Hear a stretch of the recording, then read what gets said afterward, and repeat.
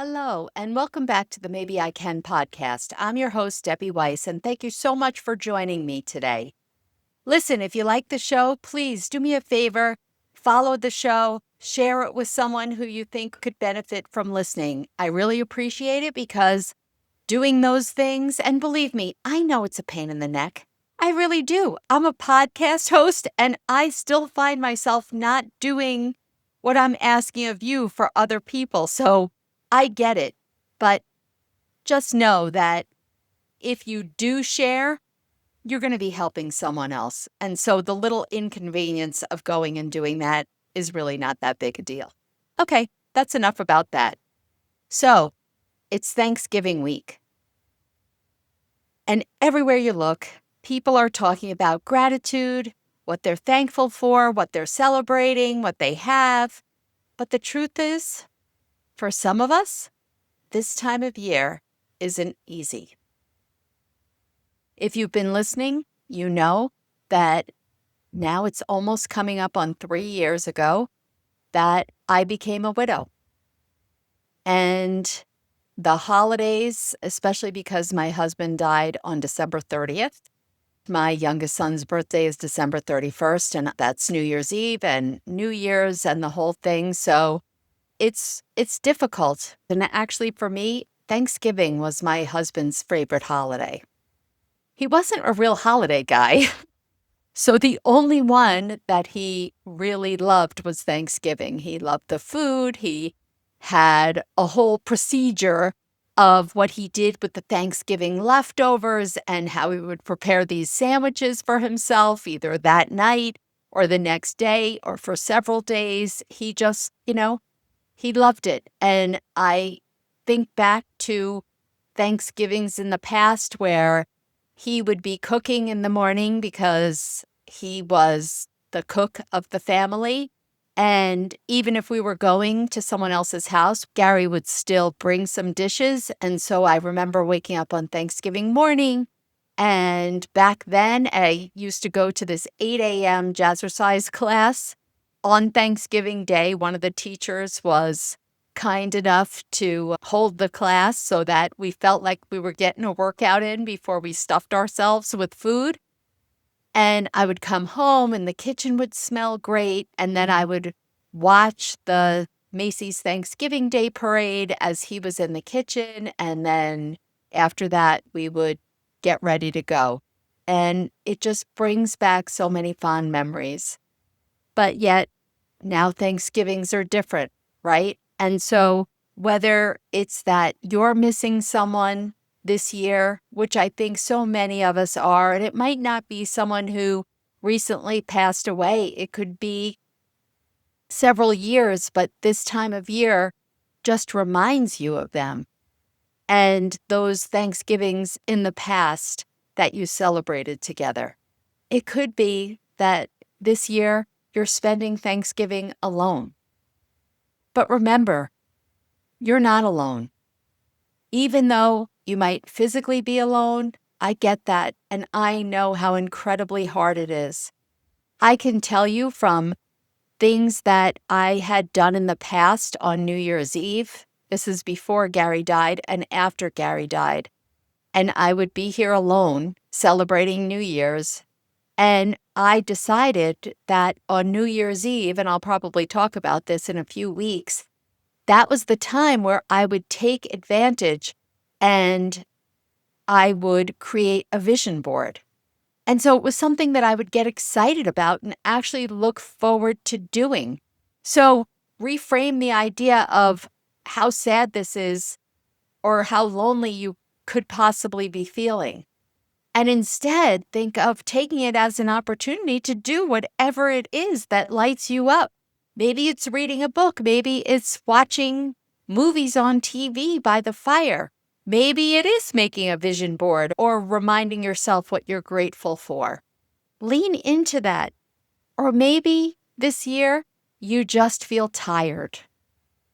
Emotionally, physically, mentally, and the idea of being grateful just feels like one more thing you're supposed to do, right? I thought that the idea, now this is going to come out wrong, I'm going to say that the idea of a gratitude practice, I didn't really understand. Now, of course, on Thanksgiving, one time a year, yeah, could I think to myself what I was grateful for? Yes, although I have to tell you, I did not do that. And once I got into this whole personal development world, I remember in so many different instances people talking about a gratitude practice. And I was part of a mastermind once where before you could ask a question, you had to say what you were grateful for. And I thought it was dumb. If I'm being honest, which I always am, I didn't understand. And once I learned, oh, this is something that you're supposed to do on a regular basis, every day have a practice of gratitude, I thought, well, that's silly. Obviously, I know what I'm grateful for, and those things aren't changing because in my mind, they were my family and my house and my dog and my team members and all the, I guess, obvious things. So, what was the point of every day repeating the same thing over and over again? I just didn't get it. And then several years ago, actually, my coach at the time, she sent me a gratitude journal as a gift. And I got that journal and I thought to myself, this is very nice of her, but I was annoyed because now I was going to have to use this thing. She got this for me. It was so thoughtful. Of course, I want to be able to be honest with her and tell her how I used it and all the things. And it had prompts in it, questions that you had to answer every day. And actually, the journal had a morning and an evening component. The evening component I found hard to remember to do and to fit into my routine. But I really did start being intentional about filling out the prompts in the morning. And it had some other questions other than what are you grateful for? But every day I wrote the same stuff, those things that I just mentioned. And then one day I was walking Yogi, my dog, and instead of having my face in the phone, I think actually, if I'm being honest, I did have my face in the phone. But for some reason, something made me look up and I looked into the sky and I happened to notice how blue the sky was. It was incredibly bright, blue, happy. I don't know. It just looked different to me. And I thought, wow, I am so glad that I am here on Earth on this beautiful sunny day, being able to experience this bright blue sky. And then it hit me. Oh, that's something different I can write in my journal tomorrow morning. I was so excited. And I did that. And over the next few days and weeks, without thinking, I started noticing other things in my life that I was grateful for. I started paying more attention to nature, to what was going on around me, to the animals, the trees, all of the things. I was grateful when I went to the drugstore and the same girl that I had these pleasant conversations with every day was there and we chatted. And I realized, wow, you know what? I'm really grateful for the people in my community that I get to interact with and work with on a regular basis. And so now, yes, some of the days still, the things I was grateful for were the same, but they really started to vary. And what wound up coming out of this whole practice was the fact that I was more present and in the moment because subconsciously I was really looking for other things that I was grateful for. And every time it happened in my day, whether I was stressed or relaxed, it gave me almost a little hit of joy. It was amazing. And I thought, oh my goodness, I can't believe this. Now I get it. Because when you are intentional about remembering what you're grateful for, whether you write it down or not, by the way. If you have a practice and the whole writing it down in a journal is too much for you, think it to yourself in the morning when you get out of bed, when you're brushing your teeth, when you are laying down at night, whatever works for you. When your head hits the pillow, before you close your eyes or when you close your eyes, think of the 3 things that you were grateful for that day. I want to pause here and say, if you are listening and this holiday feels very heavy, please don't feel bad if gratitude doesn't come easily. It's okay that maybe this Thanksgiving, your version doesn't look like the perfect Hallmark movie. It doesn't have to be forced. Gratitude isn't about forcing yourself to feel happy. It's about giving yourself permission to notice the small moments of goodness, even in the middle of the mess. So even if you are having a tough year this year, a tough holiday, there are still things that you can be grateful for. And don't put pressure on yourself. But maybe just listening to this podcast will make you think a little bit differently. Remind you, even though life feels so hard right now, there are still so many good things in your life. I guarantee it. Be grateful for maybe the quiet you are experiencing on Thanksgiving, or take a nap. Or if you're grieving, try and remember the person, the fond memories that you shared on Thanksgiving, and let it bring a smile to your face. I know that when grief is fresh, that's super hard. And sometimes it's not a smile, but tears. And that's okay. Maybe you can just think to yourself that you're grateful that you had that experience with the person that you loved. And if you're so overwhelmed, maybe you're just grateful for one thing that went right today. A gratitude practice looks different for each and every one of us. And you know what? It can vary. Some days I write in my journal.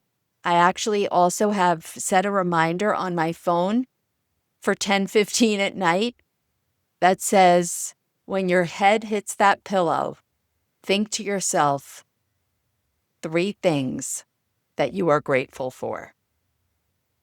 Gratitude, it doesn't deny pain. We all have pain and sorrow and loneliness. This is life. But it doesn't mean that sorrow and joy can't coexist, because really they can. The more I practiced gratitude, the more I realized it wasn't changing my circumstances. Absolutely not. But it was changing me. It's softened my thoughts, and it does quiet my stress and help me to see that even when it feels like life is just letting me down, there is still so much beauty, and there are so many things in my life that I am grateful for, that I do still want to experience. I'm not a science girl, but let me just say that studies do show that gratitude lowers stress, improves sleep, and rewires your brain to focus on what's working.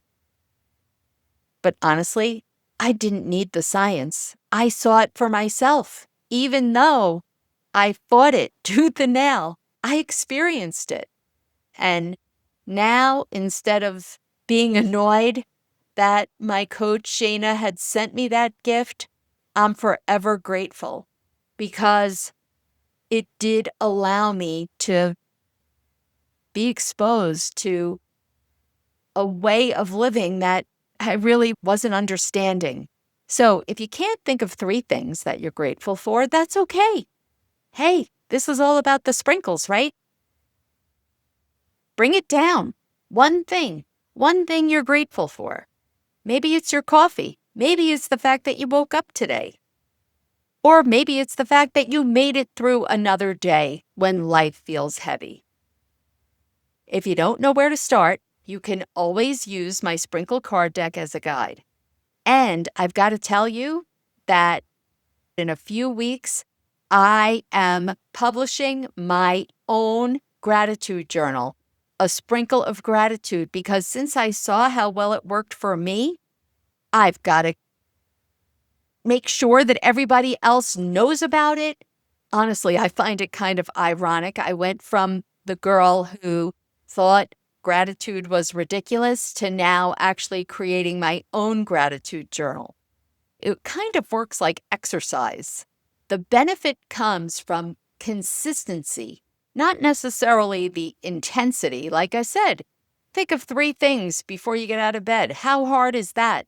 But if you do it every day, it adds up and it really will change the way that you feel.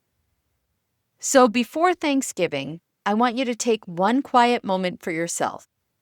No expectations, no pressures, no nothing. Think to yourself, what's one small thing I can be grateful for right now? Even if it's just the courage, that you have the courage to keep going. Because you can do it, regardless of the hard times, regardless of how sad you feel or how heavy life is, especially during this holiday season. And on the flip side, maybe that's not the case. Maybe you're excited and looking forward to this holiday. Either way, you can still find one thing that you are grateful for. You don't have to write it down perfectly. You just have to notice it and you have to feel it and you have to continue this practice, because it is with consistency that if you're like me and you think this sounds hokey, I am challenging you to give it a try. Your life will really begin to change. So, whether you're surrounded by family or spending the day quietly, I hope you give yourself permission to find that one small thing you're grateful for, because even the smallest spark of gratitude can bring light into the darkest days. Happy Thanksgiving.